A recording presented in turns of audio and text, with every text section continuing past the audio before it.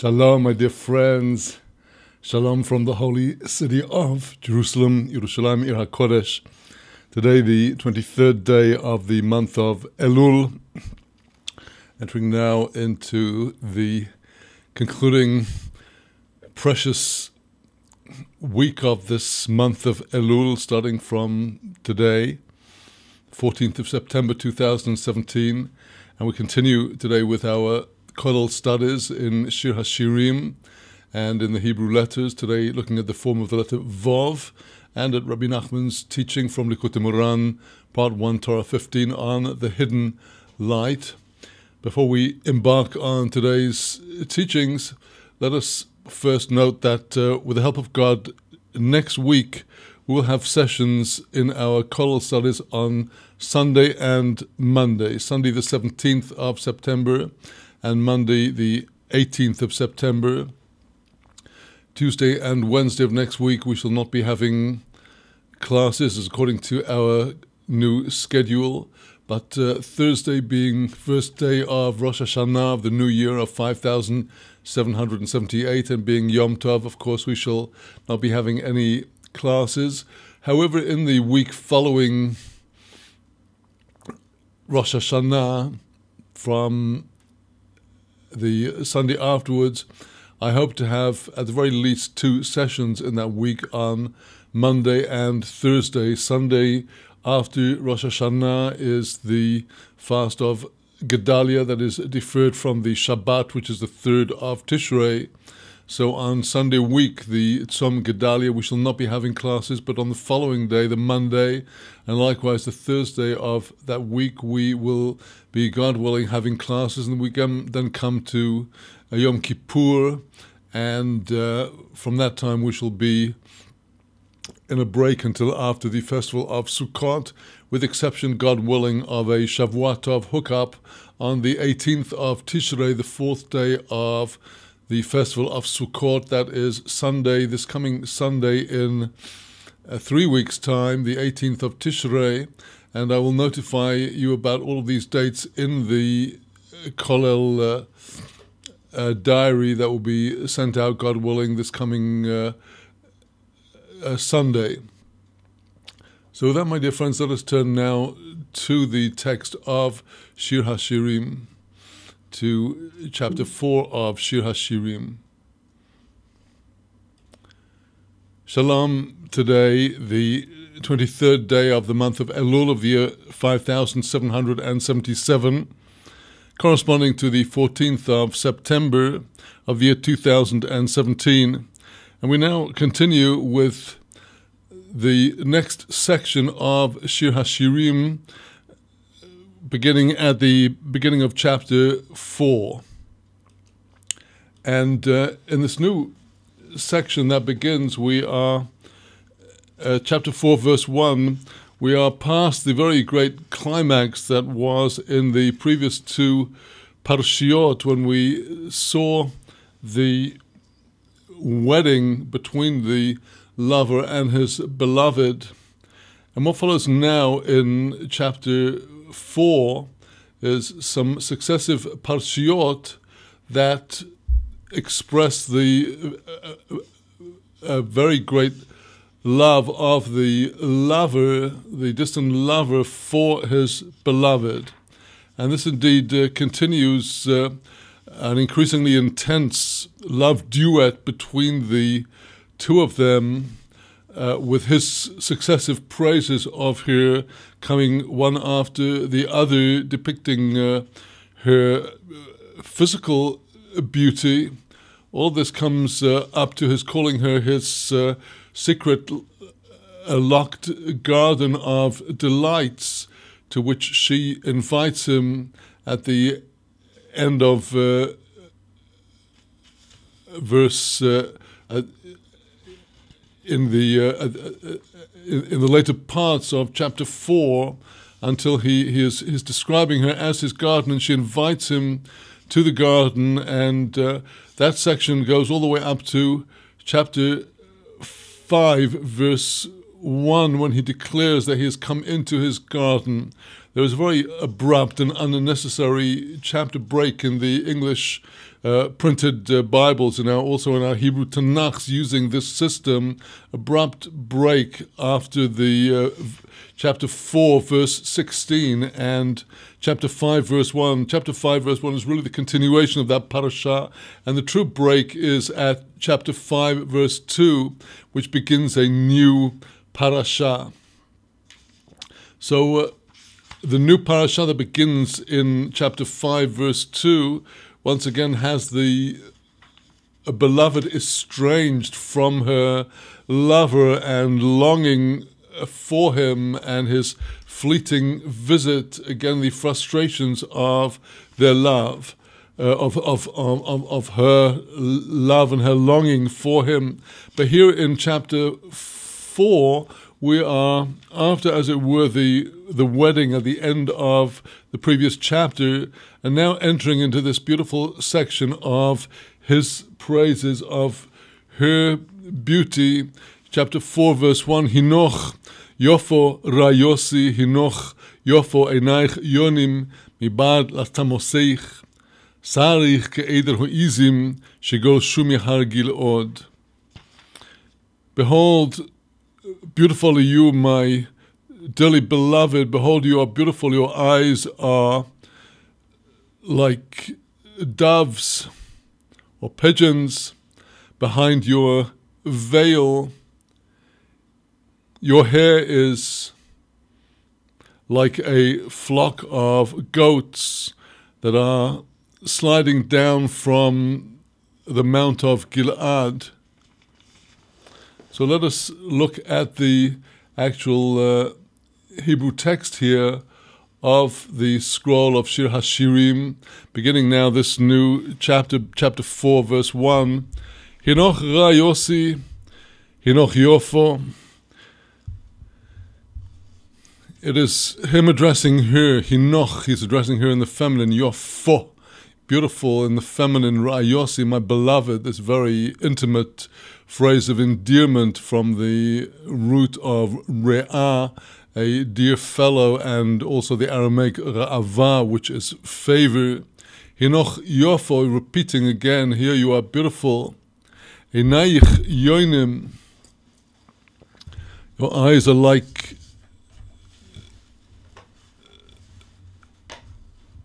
yonim, like the beautiful peaceful birds, so very faithful one to another. The Yonah is particularly noted for her, for the fidelity of each one. Your eyes are like Yonim, miba'ad latzamosech, from behind your tzama, the veil that is modestly covering over her face and making her features all the more desirable through their being partially hidden. Her, the charm of her eyes, and her beauty. Sarech ke'eder ho'izim shegolashu mehar gileod. Your hair is like a flock of the goats that are coming sliding down from the mountain of Gilead. Your soft, smooth hairs, like the long hairs of the goats. Shinayich ke'eder haketsuvois, she'olu min horachetzo, shekulo masimois v'shakulo en bohem. Shinayich, your teeth, ke'eder haketsuvois, they are like a flock of ketsuvois, where each one has the katsav, the measure of the other. They're all even, they're all perfectly the same.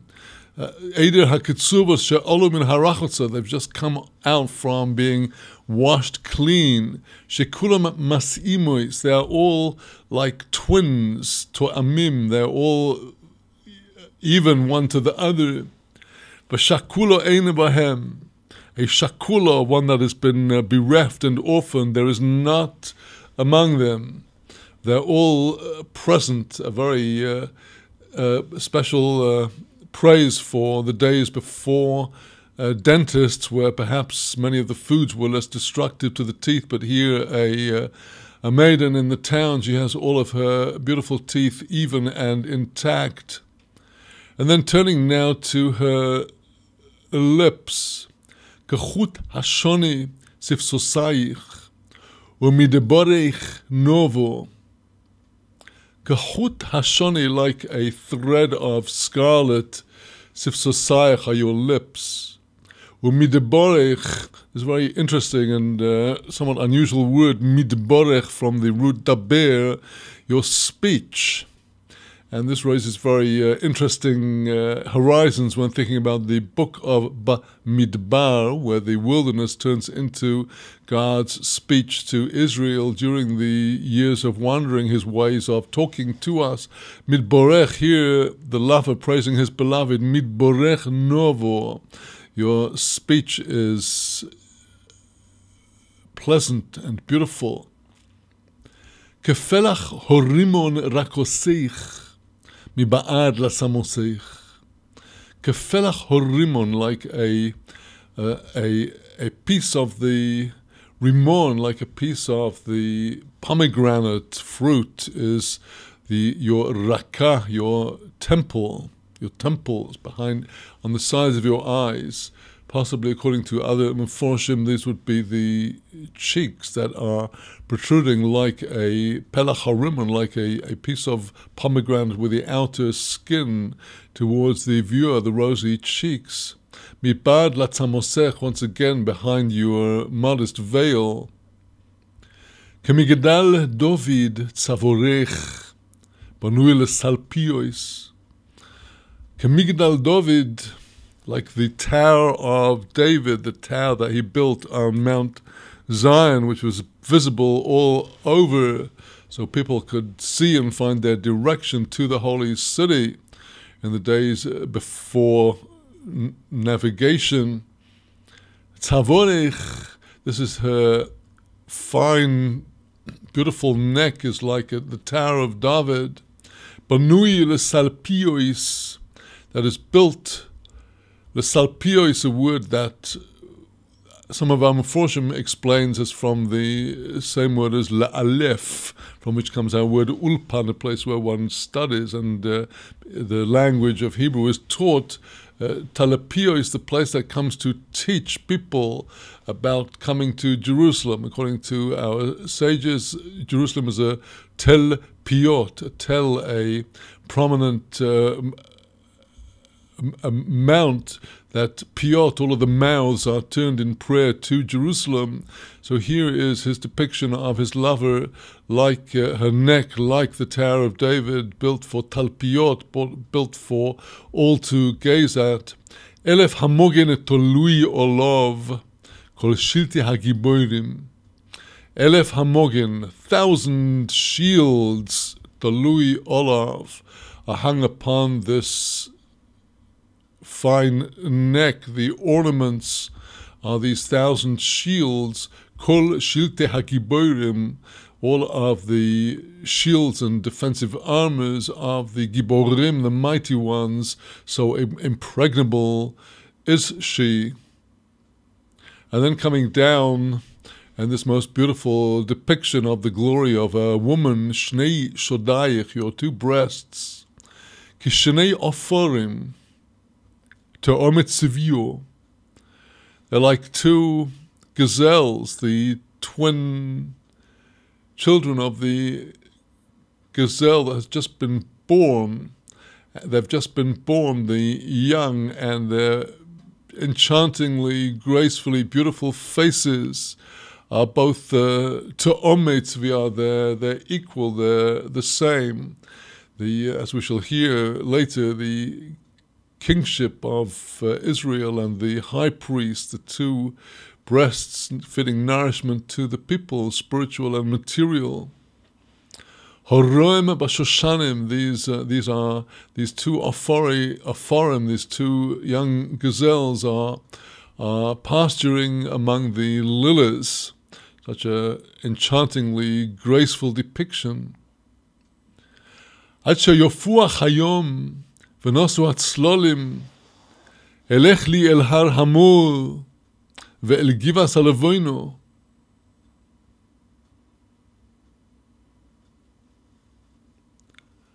Ad sheyafuach hayom, until the day shall blow away, v'nosu hatzlolim, and the shadows will flee as they lengthen rapidly in the late afternoon as the day comes towards the setting of the sun.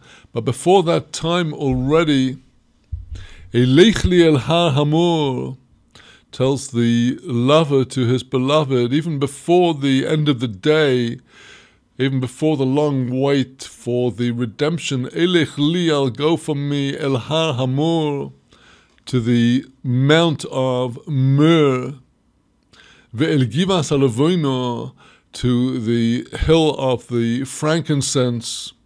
This is Har Hamor, alludes to Mount Moriah, the Temple Mount, which is also depicted by the names of these two fragrant plants, the myrrh and the levono, both of which are components in the temple incense.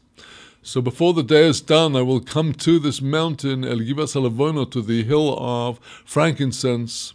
And concluding this section, Kuloch Yofo Rayosi Umum En Boch. Kuloch Yofo Rayosi, all beauty. Mum Ein Boch, there is no blemish in you. Well, let us continue with the Hebrew text before we go on afterwards to the interpretation of and explanation of commentary of Metzudat David. So now, after this depiction of her beauty, the lover now calls his beloved out of her long exile. He wants her to come back. Iti milevonon kalo, iti milevonon tovoi toshuri merosh amono, merosh senir v'chermon, mimaonos arroyos mihareren meirim. Iti milevonon, with me, come there from Lebanon, Kala, O bride, that he has addressed in the previous section in such exquisite terms. So now come back to me out of your exile. The word Lebanon in Tanakh does not necessarily refer to that geographical entity or geopolitical entity that has taken its name today, but the Lebanon is on the level of Pshat, a reference to a great forest of the land of Israel. And Lebanon also has allusions to the Temple Mount, the Lev Nun, the heart of the Nun, the heart of 50, Lamed Bet, 32 pathways of wisdom, and the Nun, 50 gateways of understanding. But he's calling in these beautiful terms depicting holy Eretz Israel, come from Lebanon. Iti milevonon tovoi, come with me again from Lebanon. He's stirring her up. Come, toshuri merosh amono.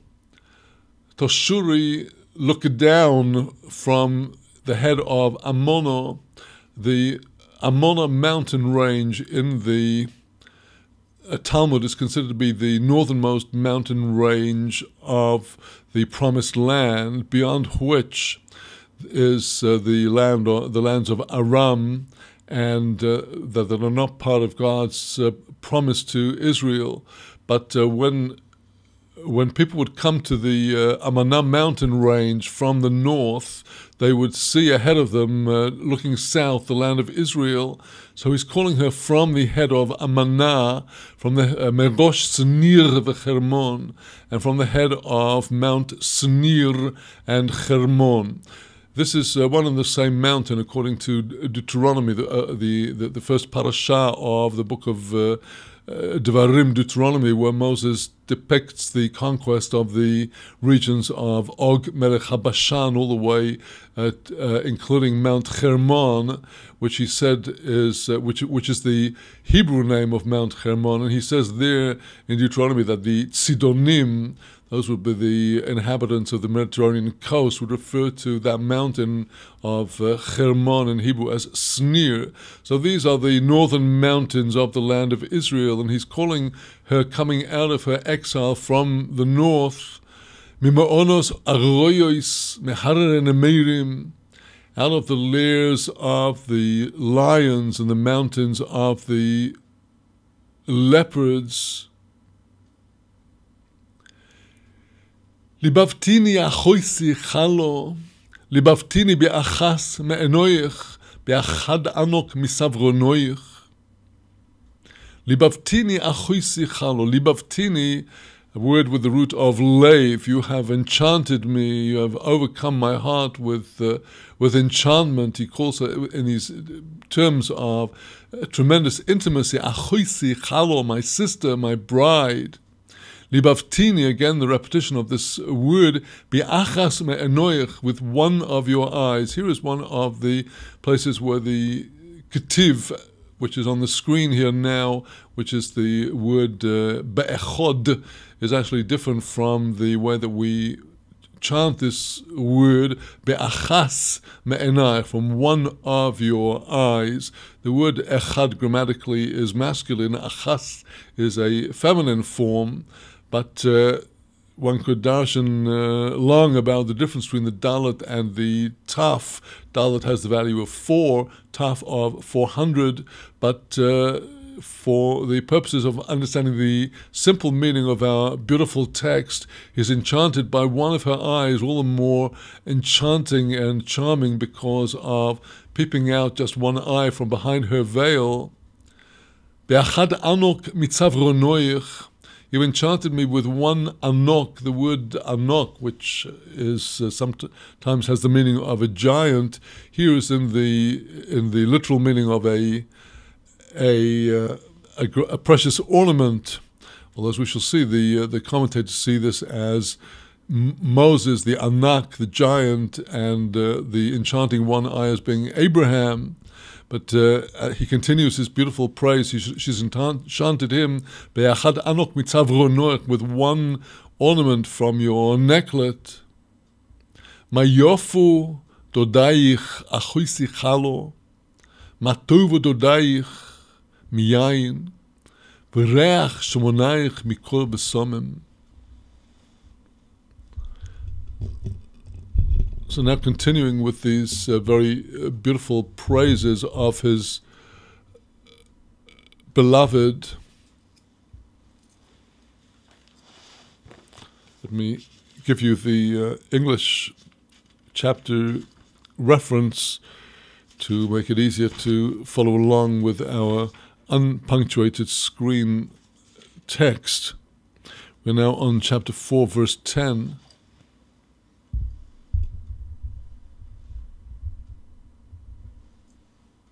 Mayofu dodayich achoisi chalo.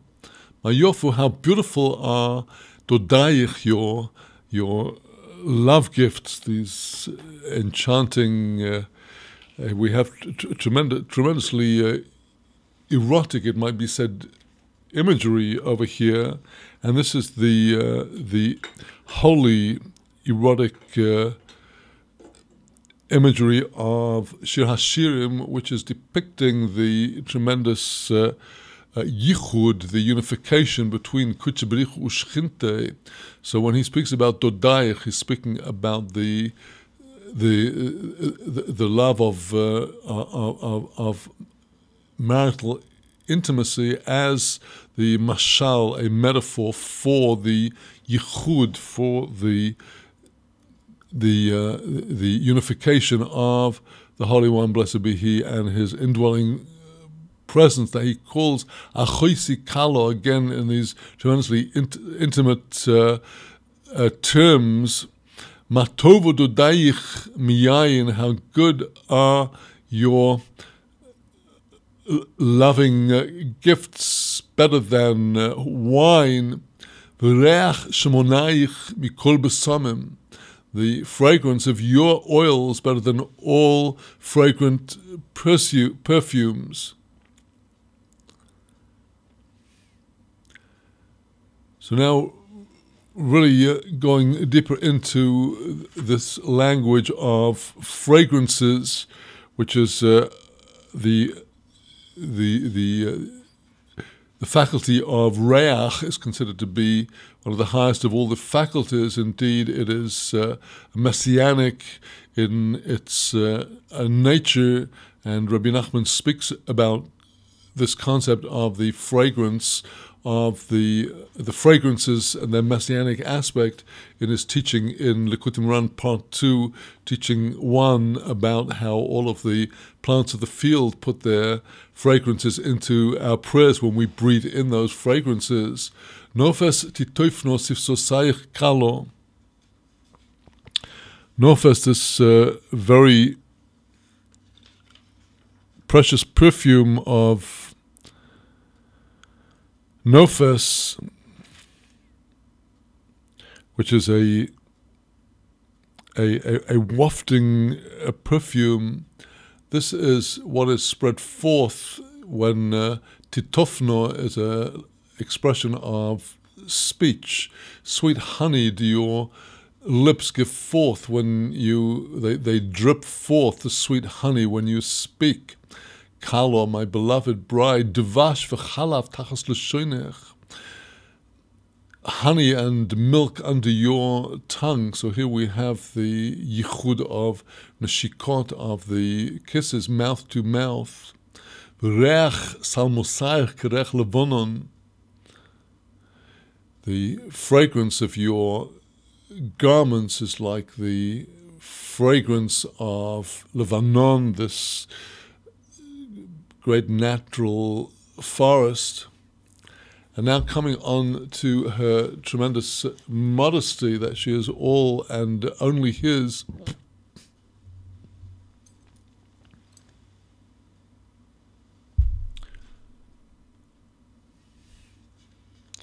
Verse 12, Galenoul achoisi chalo, Galenoul mayon chosum, Shlochayich pardeis rimonim in prima godim.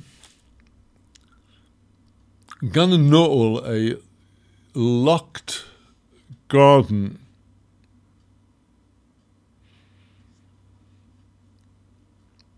Achoisi chalo, my sister, my bride, she is completely devoted to him in all the seclusion of their sweet intimacy that no other could invade. Gal no'ul, well, the Hebrew word gal sometimes is construed as a pile or a heap of stones, but it also in Tanakh, in book of Joshua and Shoftim, Judges, has connotation of a fountain.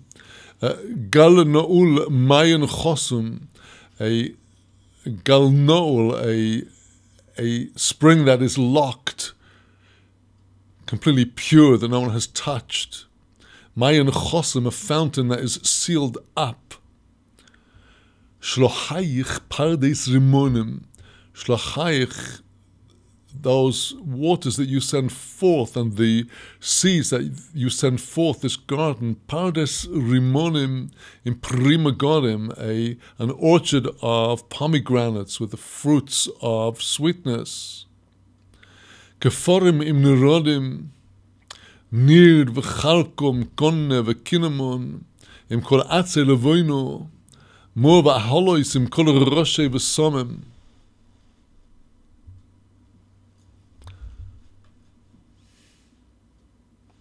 So here, another verse that is full of beautiful references to her fragrance. Keforim, these are the henna. Imnerodim, with the spikenard. Nird v'karkom, here we have again constituents of the temple incense, the karkum, the turmeric. Kone v'kinamon, kone, the another fragrant reed, and the cinnamon. Im kol atze levoino, with all of the woods of the levona frankincense. More of aholois, the myrrh and the aloe, im kol roshe v'samim, with all of the heads of the spices, for the fragrant spices. Mayon ganim be'er mayim chayim v'nozlim min Lebanon. Mayon ganim, a fountain that is watering the gardens. Be'er mayim chayim, a well of living waters. V'nozlim min Lebanon, they are flowing down from Lebanon.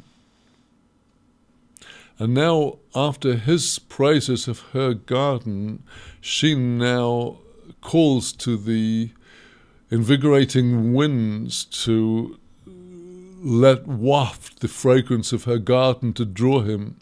Uri tzofon uvoi teimon hofichi gani, yizlu v'somo v'yovo doidi legano v'yochal primagodov.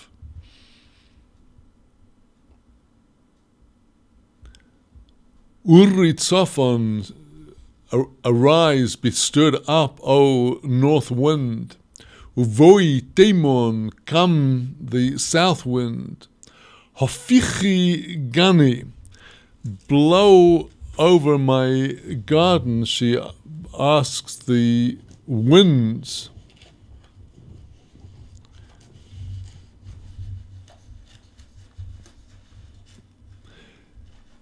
Yizlu v'samov, let its b'samav, its fragrant herbs, yizlu, let them flow and waft through. Yovo dodi legano, v'yochal primagodov.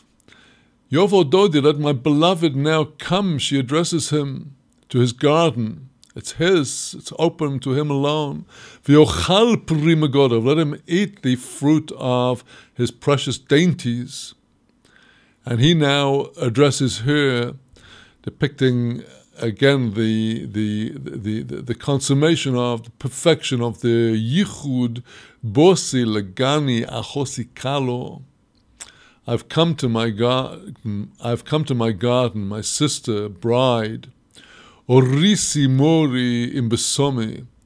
I've collected my myrrh with my spice. Ochalti yari. I have eaten the cane im davshi, with my honey. Shosisi yeni im chalovi. I have drunk my wine with my milk. Ichlu reim shesu v'shichru dodim. Eat, beloved companions, and drink, and get indeed drunk and invigorated with the spirit of the love. Well, in the parasha that continues after this, we see how the tone then changes rather suddenly to their being separated again. But here we have the consummation of the yichud, its perfection and completeness, depicted in these very, very beautiful praises by him of her, concluding with her depiction as the garden of purity. And in the coming session, we shall look back over this parasha in the light of the commentary of the Metzudat David.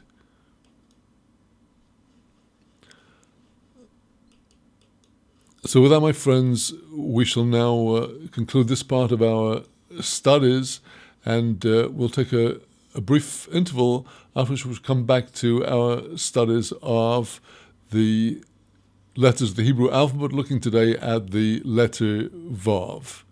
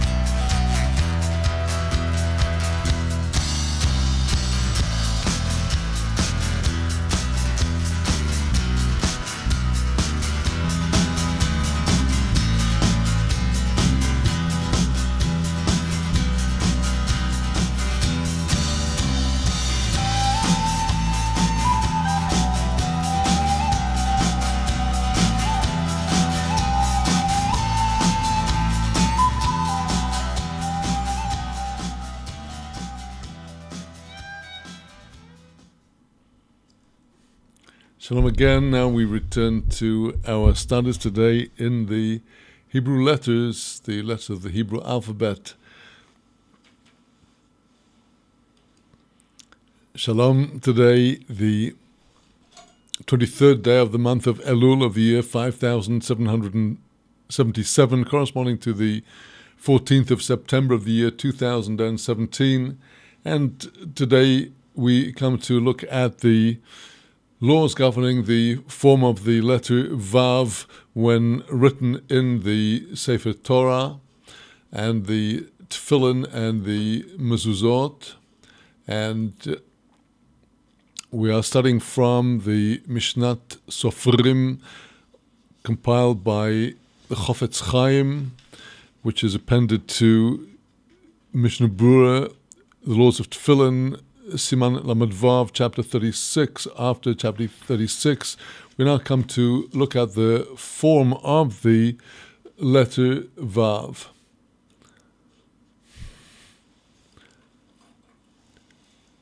And the head of the Vav needs to be short in its breadth.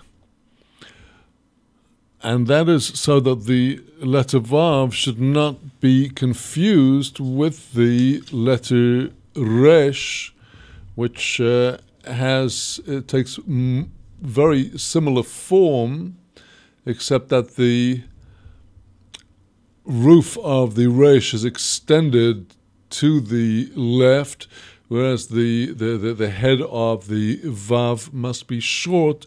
And the halacha is that the breadth of the head of the Vav should be no more than 1 kulamus wide, 1 breadth of the nib of the scribe, whereas the normal letter is altogether 3 kulamusim by 3 kulamusim. If it's one of the regular square letters, 3 by 3 altogether breadths of the nib. Here in the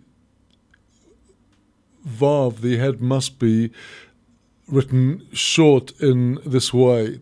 And the okets on the top left of the Vav, the thorn, that is written according to the tradition taught by Ari, Rabbi Yitzhak Luria, in his comments on the shapes of the letters. The leg of the Vav needs to be a distance of 2 kolamosim, of 2 breadths of the nib, from the base of the head down to the point at the bottom of the leg of the Vav. Because otherwise, if the leg is stunted, there is a danger that the Vav will appear like a Yud. In fact, the Vav is essentially, in its form, a Yud, where the lower okets, the lower thorn, extends all the way down, instead of having only in the letter Yud the suggestion of the okets. Kabbalistically, the idea is that the letter Yud represents God's creative power as a whole, embodied in the 10 sfirot, in the attribute of His wisdom that includes all, whereas in the Vav there's an extension downwards, a revelation down into the lower worlds from this source of vitality. So there must be a distinct difference between the shape of the Vav and the shape of the Yud.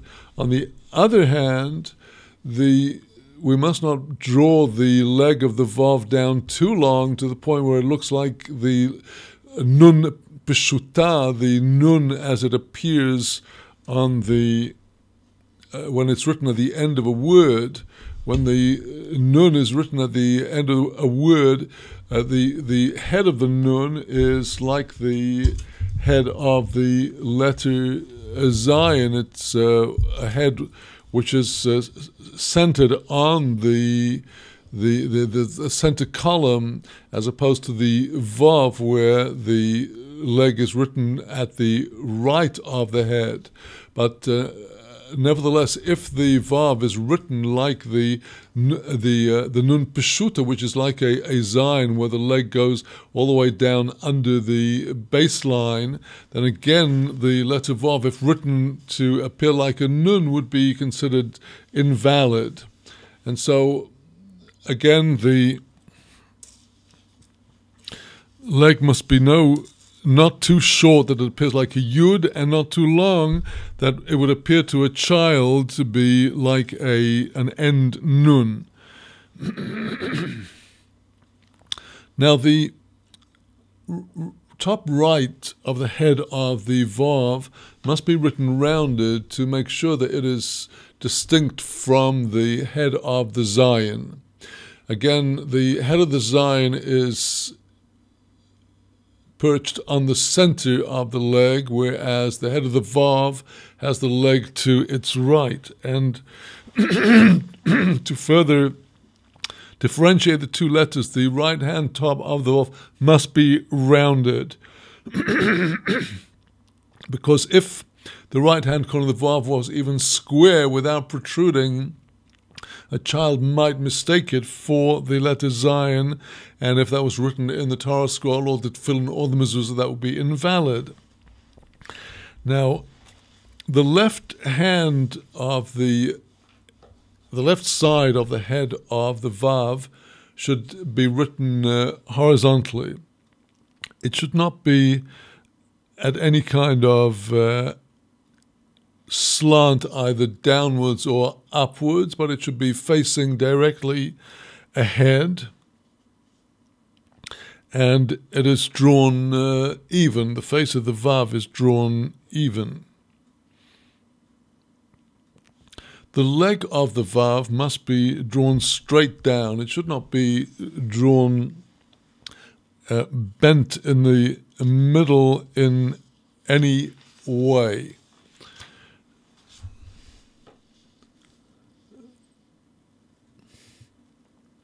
Should not be allowed to seem that it has a slight bend in the stem that could be caused by a shift of the pen of the scribe. Now, the correct way of writing the leg of the vav is to have it tapering down, so it's wider at the top, but as it gets lower, it tapers down until the vav is actually standing on a sharp point. Now, if somehow the ink got scraped off the text of a written Sefer Torah or tefillin portion or mezuzah, and only the length of the letter yud was left of the leg, that would be pasul, that would be invalid. If it's just a little longer than the length of a yud, it should be shown to a child and see if the child can recognize what letter it is. If the head of the vav is too wide, the letter needs to be shown to a child, an average child that knows the Hebrew letters, obviously, to check if he sees it as a vav or a resh. Now, if the scribe, by mistake, when he was intending to write a dalet, a vov, he wrote a dalet, before he writes the letter vav in the proper way, he would have to erase the whole roof of the vav and preferably erase the leg as well. The reason is, if a scribe has written a letter by mistake in a mistaken form, he can't just adjust the form of what he wrote intending to be one letter until it resembles the other letter. He has to scrape off everything that leaves the letter still resembling the letter that he was going to write, or resembling another letter and rewrite the new letter not from an existing form on the page.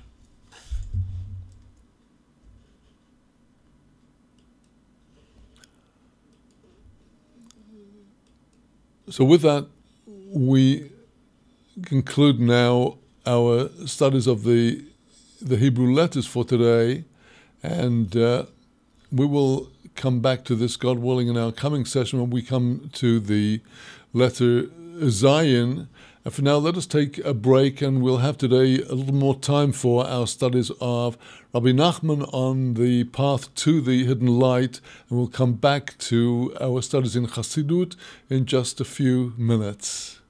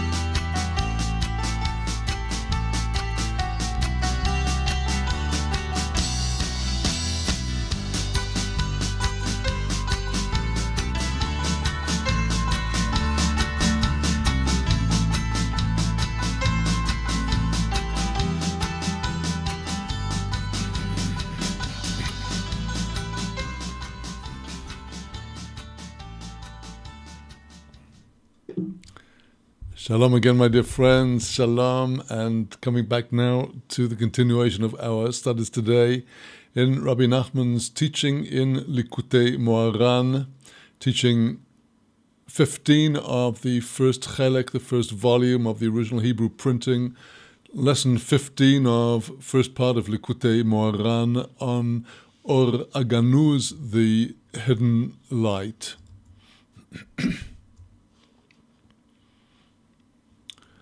Shalom, today the 23rd day of the month of Elul of the year 5777, corresponding to the 14th day of the month of September of the year 2017. And we continue now our studies of Rabbi Nachman's teaching in the first part of Likutei Moharan, his lesson 15, the hidden light, coming now really to the climax of the lesson, which is presented to us as a pathway to attain a perception and an apprehension of the hidden light even in this world. And we had learned about the stages of the pathway that Rabbi Nachman teaches us, first of all elevating the faculty of gut fear up to its roots in da'at, in knowledge and understanding that all things are the emissaries of God and only God is it fit to revere. And so Rabbi Nachman, when we come to this level of da'at, this godly consciousness, we come to an understanding of the Torah, the revealed Torah, which is called Sinai. And that was where we had reached in this section, in section Dalet of the teaching. And now continuing, Rabbi Nachman tells us, Bechinas Sinai u Bechinas Shiflus. To attain the level of Sinai, that is to attain an apprehension of the revealed Torah, is in itself humility. כמו שאמרו חכמינו זיכרונם לברוכו שהניח הקדוש ברוך הוא כל ההורים ולא נוסן התורה אלא על הר סיני.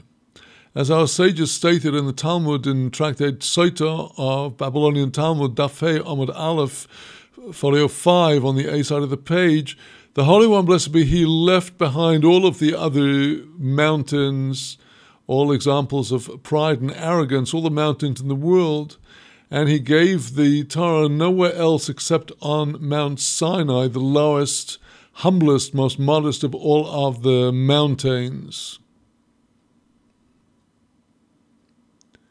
Our sages of blessed memory said there in the same passage in the Talmud, the continuation, the prayer of the one that is shafel, meek and lowly, humble in their own eyes. Ein nimeses, that person's prayer is never despised on high. K'moshe Kosuv, like it is said in Psalm 51, Leiv Nishbar, the broken heart, that is the offering God wants on His altar, the broken-hearted prayers of the penitent. ועל ידי תפילו שהיא במסירת נפש שמבטל כל גשמיוסוי ואין גבול. Now through prayer that is with complete mesiras nefesh, complete surrender of self into the world of prayer, into the words and the letters of the prayer, שמבטל כל גשמיוסוי, the person nullifies all of their materialistic being, their physicality. In other words, so intent are they on in their consciousness of the words as a vehicle of communication between themselves and God, that they have no awareness or limitation through their physical being. Ve'ein gevul, there is no longer any boundary. They have gone out of the world of boundaries, the limited finite world, into the infinite world through this nullification of their physical being in the prayer. Ukeshein gevul, and when there is no limit, when we're already able to get to the world beyond limits, that is when the person can attain and accomplish the Torah that will be taught in time to come. This Torah that is destined to be revealed to the souls in time to come, this is no longer within finite boundaries, and it cannot be grasped in the finite world and finite concepts. So here in this passage, really, Rabbi Nachman has taken us to the full circle in his pathway. What remains in this teaching will actually elaborate and throw further light on his intent. But really, in this section that we have just studied, he has brought us full circle in the pathway to attain an apprehension of the hidden light, which is the secrets of the Torah that are destined to be revealed in the future. The first step had been through the bringing of the faculty of yir'ah, of God fear, up to its root in da'at, holy awareness and consciousness of God that dwells in the heart, where the fear of God is in the person's heart. And they have to elevate the fear to da'at, to knowledge and awareness of God's exaltedness, and that brings the person to Mount Sinai, to be able to receive the Torah. When a person has that level of yirah, of fear, of course the Torah is not received automatically and dropped into a person's brain. They have to assiduously study the Torah constantly. But the concept is that through the elevation of our God fear into reverence and awe of God, our ability to receive the Torah is enhanced, and that is when we are fit to receive the revealed aspects of the Torah. That is the 5 books of Moses, the books of the Nevi'im and the Ketuvim, making up the whole Tanakh, and also the entire oral law through the Mishnah, through the Talmud, through the Midrash, through the Halacha, through the Kabbalah and Chassidut. When we receive this revealed Torah, we still have not come to an understanding of the hidden secrets of the Torah, the hidden light of the Torah.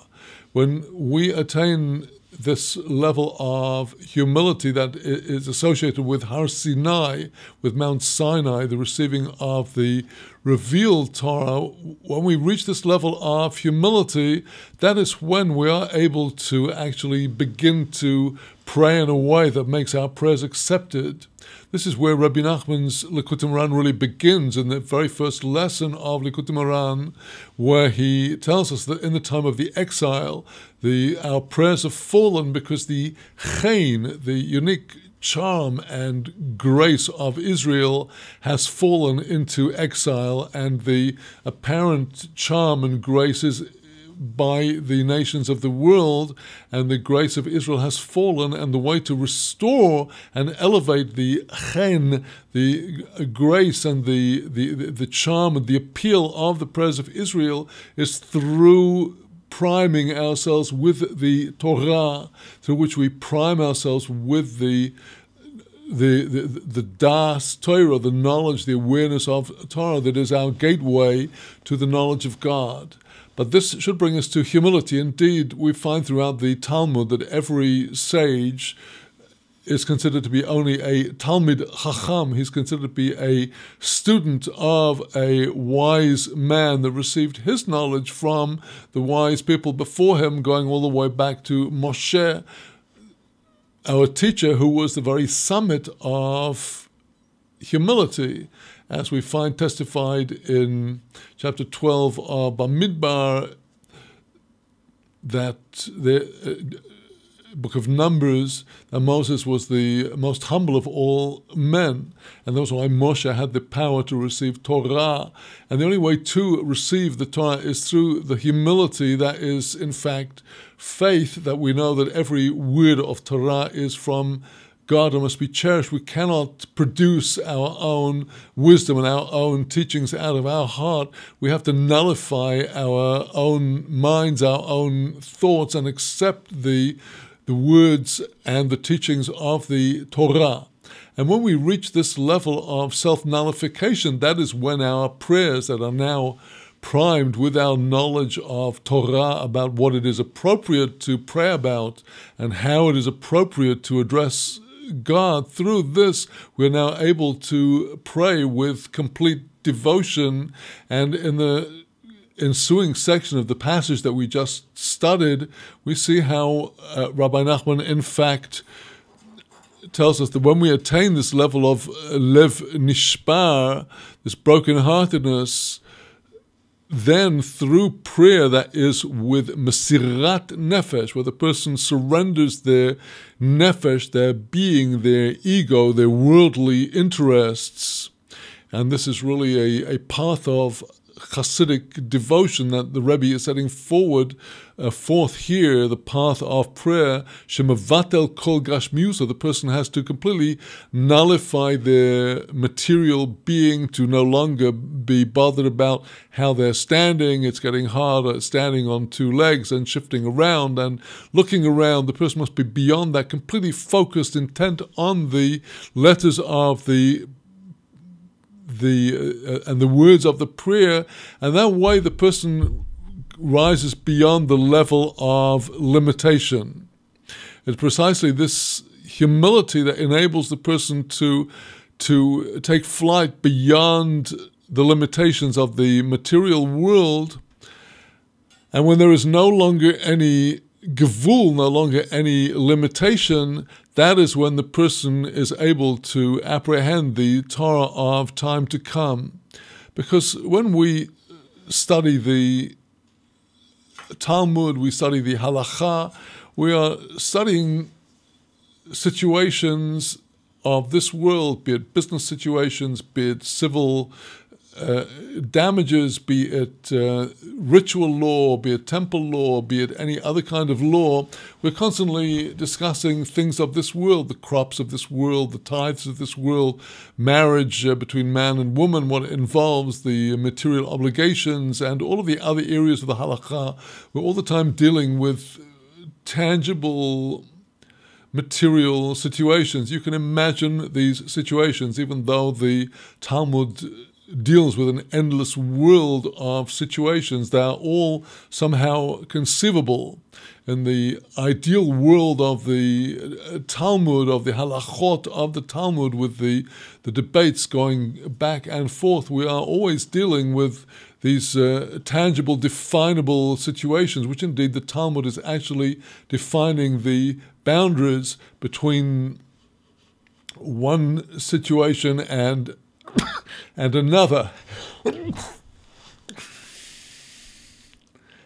And however, once we get to the level of the hidden Torah, it is the same depictions and situations which go beyond the apparent boundaries of the situation as it is depicted in the material world, and rather the situation depicted becomes a mashal and a metaphor for relationships and interactions and processes that are way beyond the material world, but in the world of souls and the world of God's government of the world through the partsufim.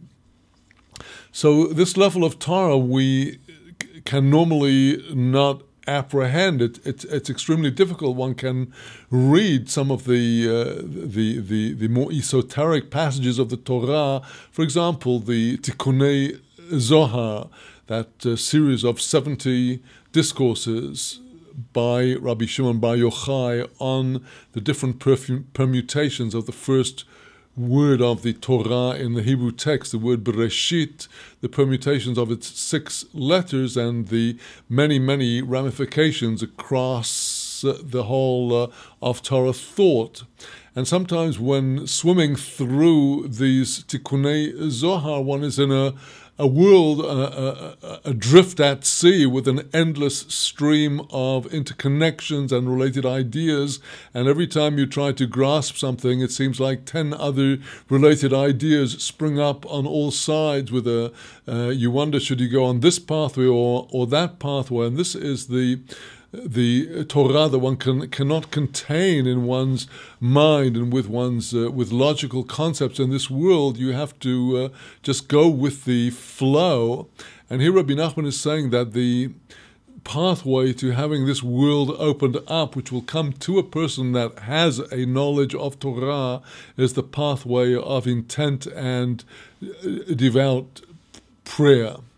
And having thus outlined the main structure of the binyan, the building, the edifice that Rabbi Nachman is building in this teaching with its succession of stages, the elevation of gut fear to its root in da'at, the attainment of the revealed Torah, the prayer of the lowly that is not despised, coming to the level beyond gvul, beyond boundaries, where the person now is open to the infinite light of the Torah that is destined to be revealed.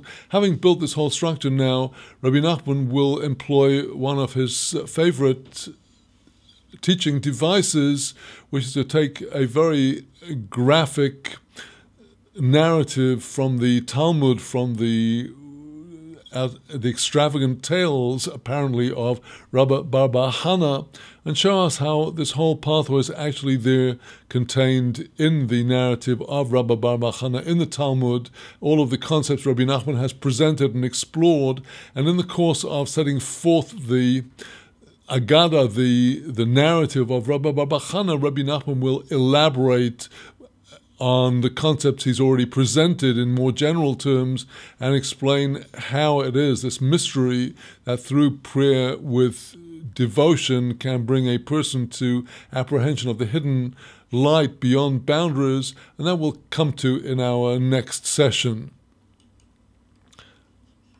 So with that, my friends, I would like to remind you that there will be sessions, God willing, next week on Sunday and Monday, as I will be sending details in our coming Azamra weekly calendar and schedule. And after next Monday, we shall not have sessions for the continuation of this coming week, the week leading up to Rosh Hashanah on Wednesday night, 20th September. But after Rosh Hashanah, which is Wednesday night, Thursday, Friday, then we have Shabbat, and the day after that is the Tzom Gedalia, the 4th of Tishrei, where the fast is deferred until the Sunday after Shabbat.